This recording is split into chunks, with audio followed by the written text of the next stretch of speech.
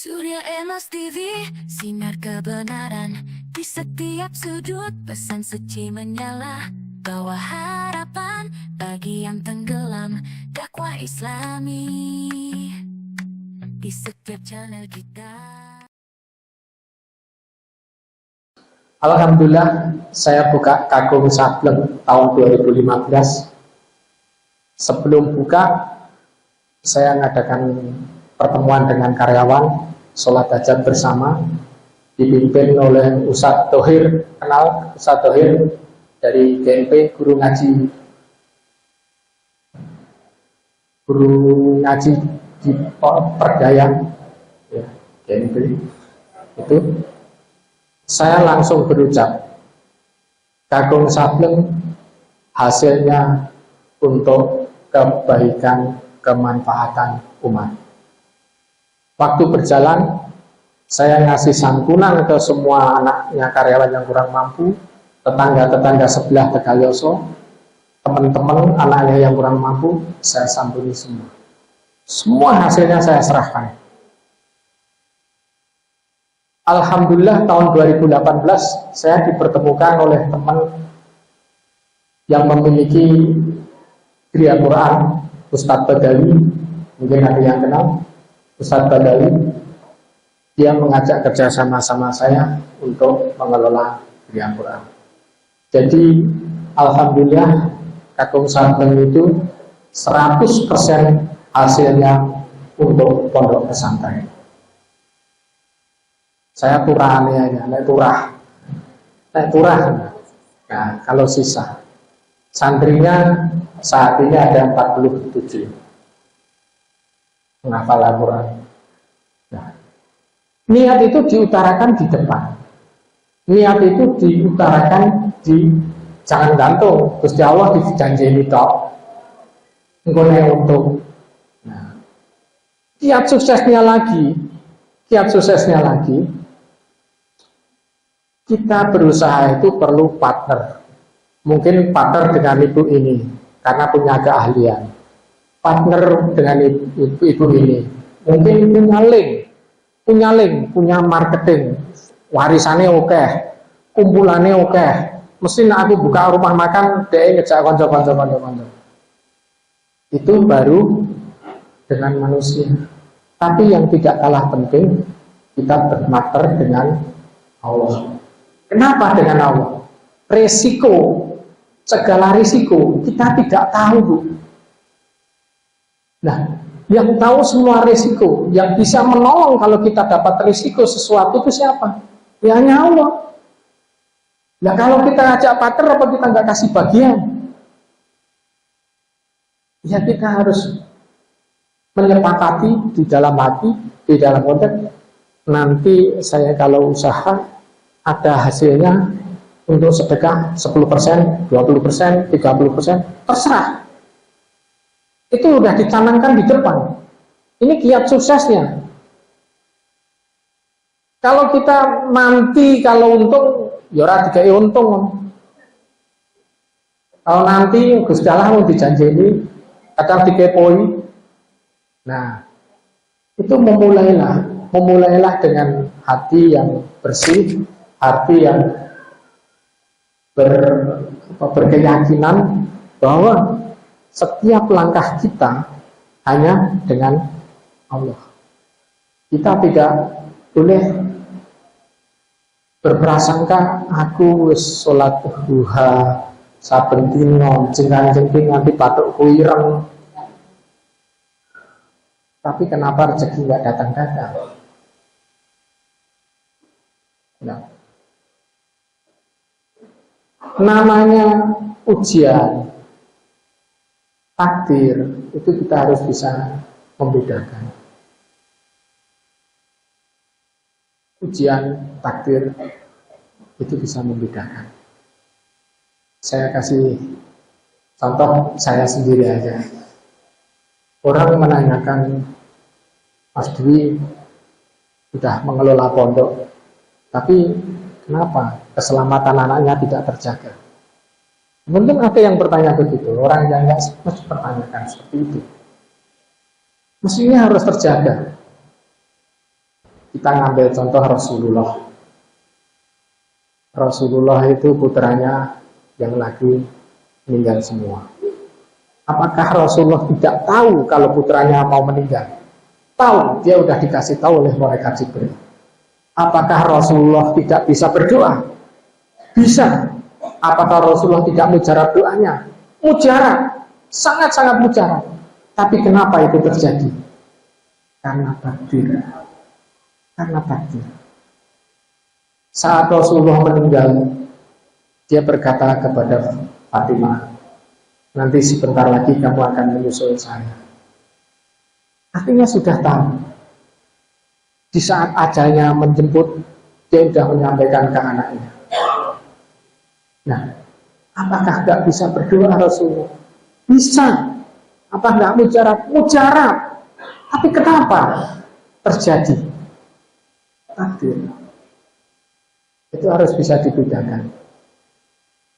Jadi kalau kita menerima musibah, menerima ujian harus bisa kita legowo, bisa menerima kehendak Tuhan dengan ikhlas.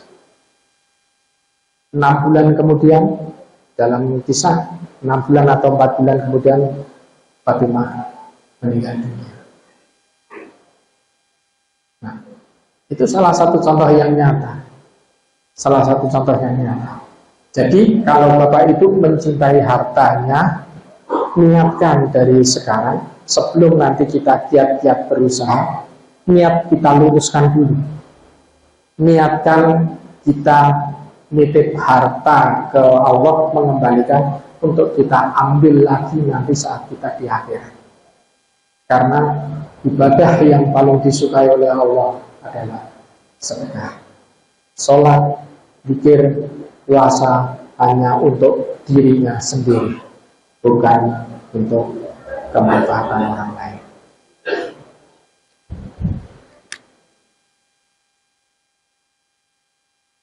Nah, sekarang Bu, coba tuliskan dalam hati, di dalam HP, nanti dicek 1 tahun kemudian. Anda mempunyai keinginan 5 aja, tulis 5 aja, ditulis keinginan apa. Nanti dalam waktu 1 tahun dibuka kembali, dicek adakah cita-cita itu yang bisa terwujud. Kalau belum terwujud, koreksi diri lagi.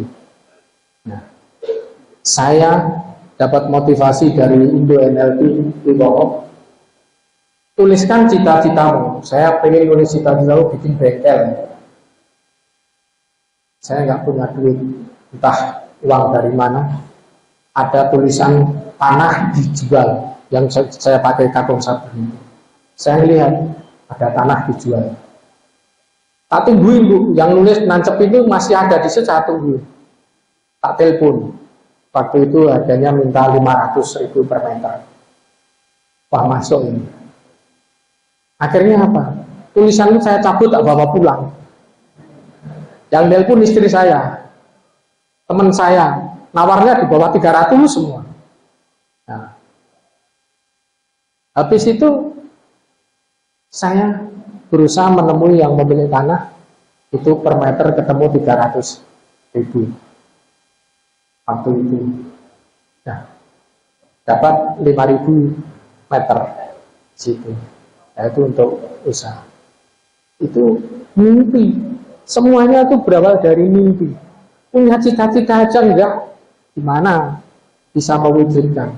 Nah, kalau kita sudah punya mimpi, punya cita-cita, Allah akan memberikan jalan dengan cara apapun. Kita harus yakin. Motivasi diri itu apa?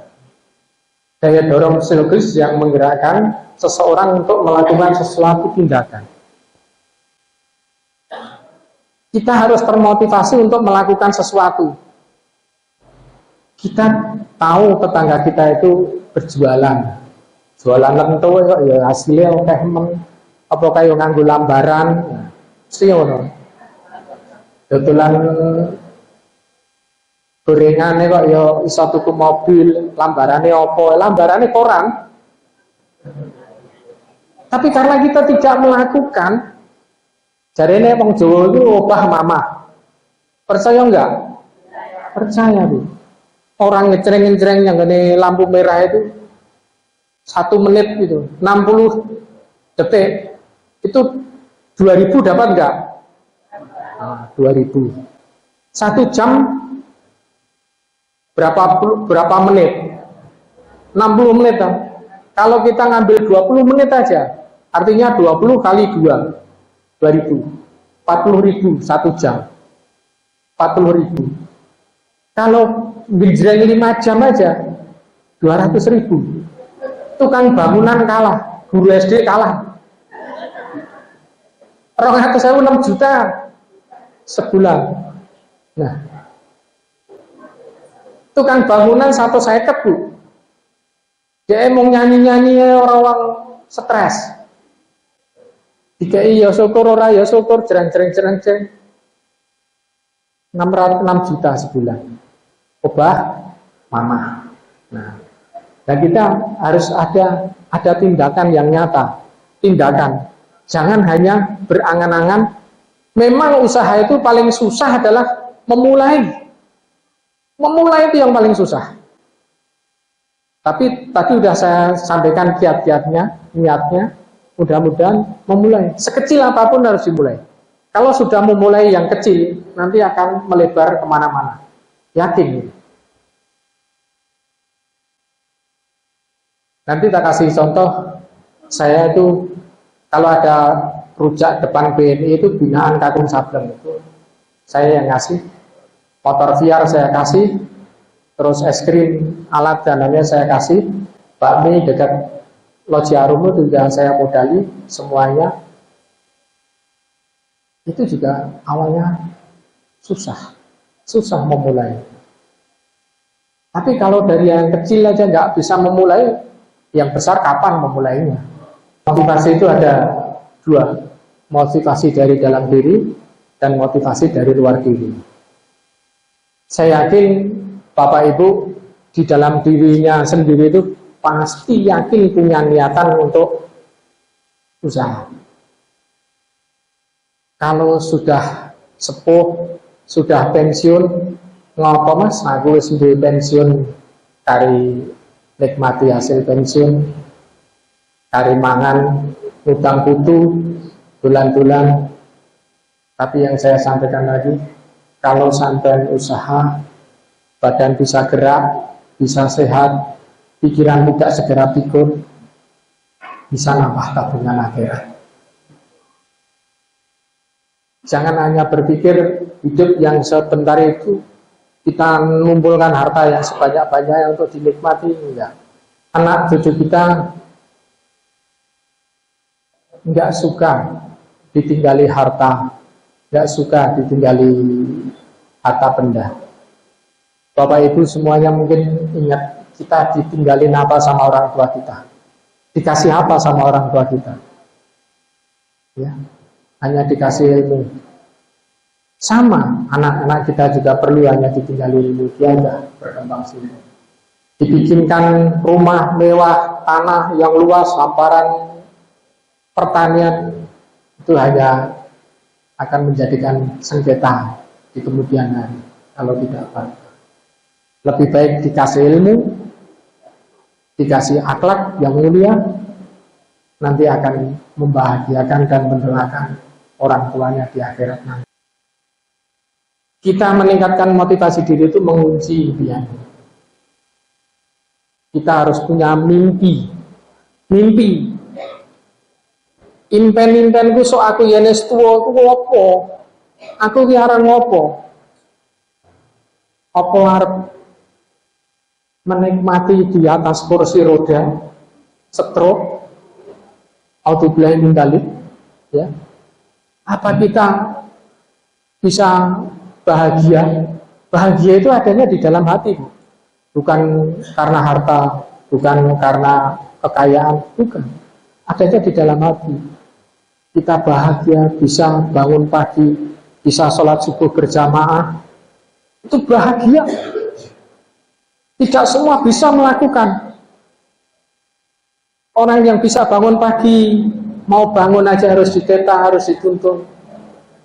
Kita diberi kesehatan, kita bisa bangun pagi, bisa berjalan ke masjid, bisa ketemu hahaha dengan teman-temannya, bisa saling ngobrol, bisa saling cerita, itu kebahagiaan tersendiri. Belum tentu orang yang kaya-kaya itu bahagia itu. Orang kaya mau ke masjid nanti takut kalau rumahnya dibobol. Kalau kita biasa-biasa ya udah ambil aja. Kalau Anda bingung, ya udah Allah saya ngambil loh, channel apa-apa nih. Orang miskin adalah bukan orang yang tidak punya uang, tapi yang tidak punya mimpi. Ini saya putarkan video, tapi mohon maaf karena videonya Celine Dion, ya pakaiannya tidak pakai hijab masalahnya, tapi mohon maaf sebelumnya karena ngasih contohnya itu. Jadi dia ada anak kecil orang Jepang, dia itu berkeinginan sekali bisa tampil bersama Celine Dion. Celine Dion yang membawakan lagu Ghost di film Titanic, mungkin Bapak itu tahu semua. Nah, setelah itu dia mengikuti audisi, kalau Indonesia namanya idolan itulah.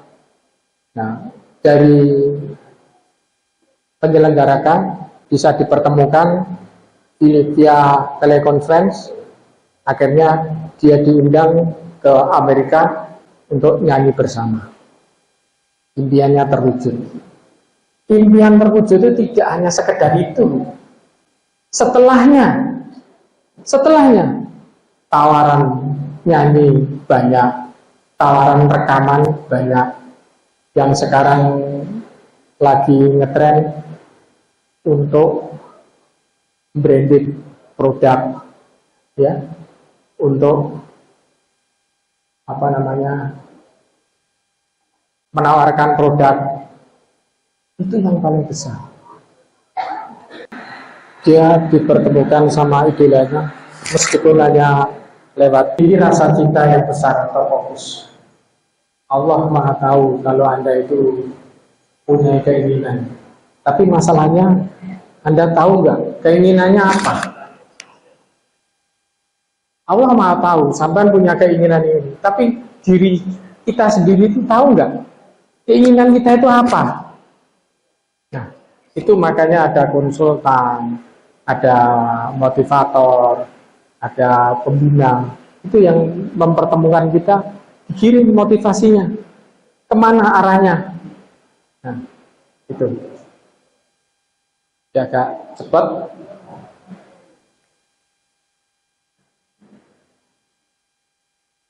Memiliki komitmen, berpikir positif. Berpikir positif. Sekarang banyak ya, kadang-kadang kalangan agama membuat fatwa-fatwa yang tidak semestinya. Kita mengikuti arus dana ini, kita dapatnya apa?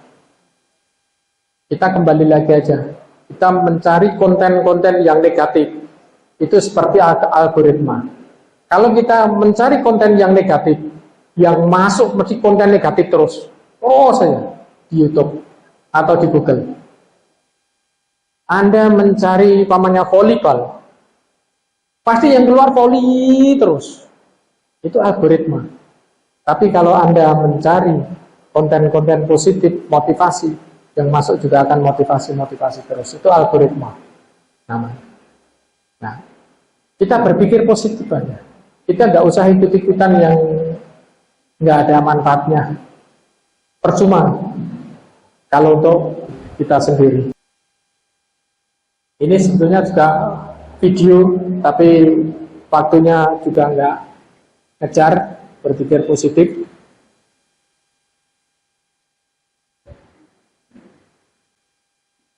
Minta tolong pada, nah, ini kecerdasan keuangan.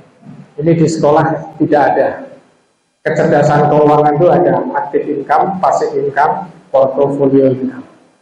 Active income itu apa? Active income itu kalau Bapak Ibu bekerja dapat gaji. Itu active income. Karena jerih payah Anda diakui dan dihargai. Ini udah namanya gaji. Aktif. Passive income, Anda mempunyai bisnis usaha, tidak ikut campur tangan sama sekali, tapi menghasilkan. Umpamanya bikin kos-kosan, bikin sewa mobil, bikin jualan di grosir, diserahkan orang. Kita nggak ikut sama sekali, tapi menghasilkan. Itu Pak, passive income. Portofolio income, kita tidak ngapa-ngapain sama sekali, tidak menciptakan lapangan kerja sama sekali, tapi menghasilkan. Ada nggak? Ada nggak? Ada. Sampai beli emas, sampai beli tanah, itu portofolio income. Beli tanah, tapi kalau beli tanah yang produktif, harganya mahal nggak masalah. Mungkin teman-teman masih berpikir kalau beli tanah itu yang murah dapatnya banyak, tapi peningkatan harganya lama sekali. Beli tanah 100 juta dapat 10 hektar di Kalimantan, di tengah hutan. Terus cara kedole sopo sing tuku. Nah, itu kita namanya portofolio income. Ya. Kalau kita untuk mendapatkan passive income, kita punya passive income, urutannya kita punya active income, kita tabung, jangan di tabungan tuh, tabungan itu di bawah inflasi. Artinya uang kita itu tergerus semua. Kita masukkan ke portofolio income, belikan emas, belikan tanah. Nanti kalau sudah cukup uang itu kita jual, belikan ruko umpamanya. Ruko kita sewakan, harga rukonya tidak turun, tapi menghasilkan tiap bulannya. Menghasilkan penghasilan, ini namanya passive income, namanya kecerdasan keuangan seperti ini. Jadi, kalau kita punya gaji ditabung dapat 2 miliar, umpamanya 2 miliar, kalau dibelikan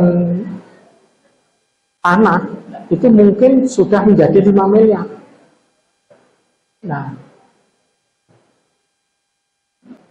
memang rata-rata orang tuh luwih ayem, luwih seneng kalau nyekel duit tabungan. Nyekel ATM sing warnane hijau, warnane biru, warnane ireng, ndang dompet mete-mete, itu lebih seneng orang. Nah, karena sekarang sistem teknologi, sekarang nggak usah pakai ATM, pakai HP aja, kita mau belanja semuanya pakai HP, udah iris. Tapi kebanggaan orang itu masing-masing. Tapi kalau punya kecerdasan keuangan, nggak perlu yang itu. Belikan sesuatu yang nanti perkembangannya akan baik. Setelah perkembangan baik, jual lepas, carikan yang produktif untuk usaha. Nah, nanti kalau active income untuk mendapatkan passive income belum cukup Pak, belum cukup. Jadikan active income portofolio income dulu. Setelah jadi portofolio income cukup, lepas, jadikan passive income.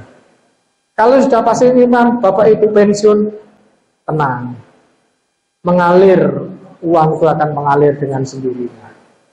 Ya, sedekahnya berjalan. Nah, penyusunan perencanaan usaha ini sebetulnya tahap yang agak detail. Nah, ini waktunya nggak cukup. Bapak Ibu perlu tahu namanya SWOT. SWOT analisis. SWOT itu apa? Strength, weakness, opportunity, threat. Artinya kita harus punya tahu kekuatan, kelemahan, peluang, dan hambatan. Aku yang dodol iki, keahlianku apa? Peluangku di mana? Hambatanku apa? Aku dodol sego goreng. Hambatannya anakku lanang kabeh, mangane rong piring. Itu satu hambatan. Itu bisa jadi peluang. Sekarang Bapak Ibu, saya tanya, kalau Anda jadi marketing sepatu, dikirim ke Kenya. Di Kenya tidak ada satu orang pun yang pakai sepatu. Anda akan laporan ke bos. Apa laporannya? Bos, nggak mungkin tradisinya tidak ada yang pakai sepatu. Ngapain kita bikin pabrik di sini? Itu orang yang berpikir negatif. Nah, orang yang berpikir positif, peluang bos, peluang. Belum ada yang pakai sepatu. Kita ciptakan, kita bikin pabrik di sini, pasti untung. Nah, pasti untung, pasti laris, karena belum ada yang pakai sepatu. Nah, ini pikiran orang yang positif. Tapi kalau orang pikirannya negatif dulu, ngopo kerja susah-susah, wong kene ra ono wong nganggo sepatu, gawe pabrik sepatu yang gini. Itu orang yang berpikir negatif. Orang yang berpikir positif, gas. Peluangnya besar. Nah, itu SWOT analisis. Nah, kalau kita usaha bisnis, kemarin ketemu dengan Pak Warno juga, kalau kita usaha itu, kita sudah bikin ruko, jualan, kok nggak laku. Apa yang kita evaluasi? Kok nggak laku, itu marketingnya dulu kita. Kita punya satu produk dengan 10 cara marketing, atau kita punya 10 produk dengan satu cara marketing. Lebih baik kita punya satu produk dengan 10 cara marketing. Dititip online, offline, di berbagai cara lah. Itu jauh lebih baik. Kalau marketingnya sudah bagus, orang pada datang, tapi tidak ada orang yang kembali. Apa yang perlu dievaluasi? Pelayanannya kurang bagus, tempatnya kurang nyaman, harganya kurang kompetitif. Kenapa harganya kurang kompetitif? Ngitung BPP-nya terlalu cepat. Ngitung hasil apa biaya-biayanya kegedean, gaji karyawannya kegedean. Itu dievaluasi. Kalau sudah kompetitif, udah efisien, udah murah, kok tidak ada yang datang? Apa itu? Baca Al-Baqarah, Bu. Disolawati atau baca Al-Baqarah. Karena kalau sudah dibenahi semua, kalau restoran rumah makan itu rasa, tempat, harga, itu yang perlu diperhatikan. Terus ke pelayanan. Nah, itu. Jack Ma itu pemilik Alibaba. Dia punya toko? Tidak. Sebenarnya menarik. Intinya Jack Ma itu mengajarkan umur sampai dengan bulan 20 tahun itu jadilah pelajar ya benar, yang baik. Umur 20 sampai 25 bekerjalah pada bos yang baik. Artinya apa? Kita diajari kalau dengan bos yang baik. Umur 25 sampai 30 kita bekerja pada perusahaan yang punya sistem. Umur 30 sampai umur 35 kita mendirikan usaha sendiri. Ya. Umur 40-50 kita sudah berkarir melejit di berbagai, umur 50 kita serahkan yang muda. Kenapa tahapan itu dilakukan oleh Jack Ma? Kita bekerja pada orang yang baik. Orang yang baik itu selalu merangkul, mengajari, pamane gawe gedok lindri lah. Semuanya terbuka. Caranya bikin gedok lindri gini diserahkan semua. Setelah itu kita bekerja pada perusahaan yang punya sistem. Yang perusahaan yang tadi nggak punya sistem, kita melengkapi. Kita sistem marketing digital, kita marketing online, kita punya jaringan, kita punya networking. Nah itu kita lengkap. Baru setelah itu kita punya modal, kita mendirikan perusahaan ini. Jack Ma pemilik Alibaba, toko terbesar di dunia tapi tidak punya toko. Ya, saya kasih motivasi sedikit aja. Bapak Ibu mungkin yang enak aja. Bapak Ibu punya sepeda motor, bisa nggak itu disewakan untuk Grab, untuk Gojek, sehari berapa? 50.000 katanya. 50.000 aja. Ibu ngeredit sebulan angsurannya berapa? 1 juta. 50.000 sehari artinya 1.500.000 sebulan. Bisa kan untuk ngangsur? Kita punya uang muka 500.000 bisa untuk ngambil sepeda motor.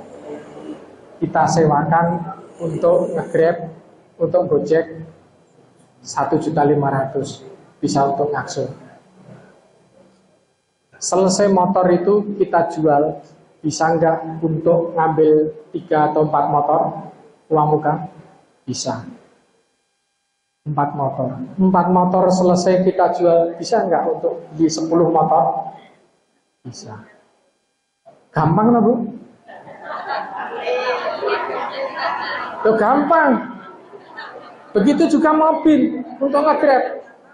Tapi kan nggak kebuka pikiran kita. Jualan mie. Ayo mie Jowo. Mie Jowo 1 kilo berapa? 12.000. Mungkin sekarang 15.000. 1 kilo bisa untuk 8 porsi. 8 porsi 15.000. Kalikan aja nanti. Kalau kita beli 5 kilo berarti bisa 40 porsi. 40 porsi, kalau kita belanja 40 porsi, 1 ekor ayam itu cukup kan? Cukup. 1 ekor ayam katakanlah 60.000. Ayam merah. Sisa 2 kilogram telur 40.000 atau 50.000 katakan.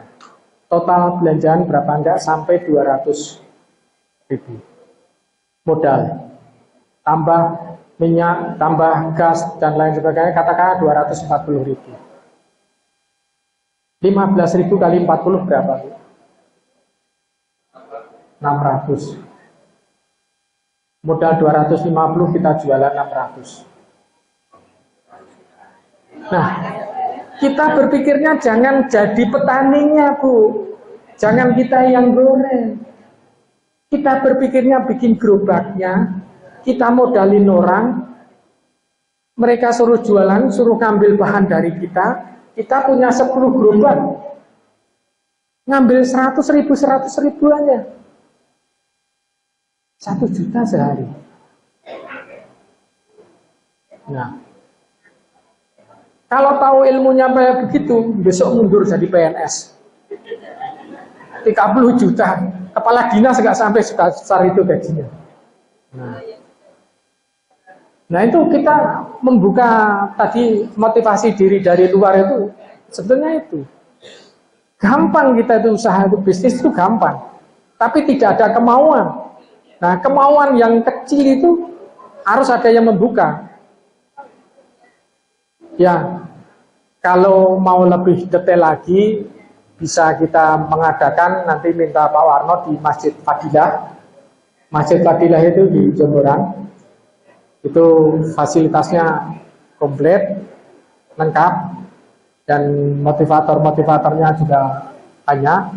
Saya sendiri sudah siap nanti berdiskusi. Kalau malam minggu, di minggu terakhir itu kita ada kajian remaja. Remaja itu kan salah tuanya, dikoi wifi, begitu adan to boleh. Terus kan dindi kok doanya. Ya. Nah itu monggo kita lanjutkan di sana karena waktunya dibatasi dan saya mohon maaf. Ada sesi tanya jawab enggak, Pak? Oh. Enggak, kedua katanya. Insya Allah nanti yang kedua siapkan pertanyaan-pertanyaan terbaik Bapak Ibu. Nanti kalau masalah pendanaan, sebetulnya masih ada pendanaan.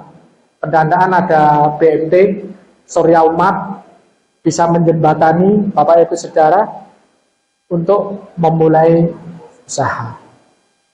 Sinergi di PCM Muhammadiyah, mudah-mudahan kita semua diberi keberkahan, kelancaran usaha, barokah, dan insya Allah kita bisa menjadikan tabungan di akhirat sebanyak-banyaknya. Kita dipertemukan di surganya Allah dengan niat lillahi ta'ala. Insya Allah kita bisa melakukan itu semua. Wabillahi taufiq wal hidayah. Wassalamualaikum warahmatullahi wabarakatuh.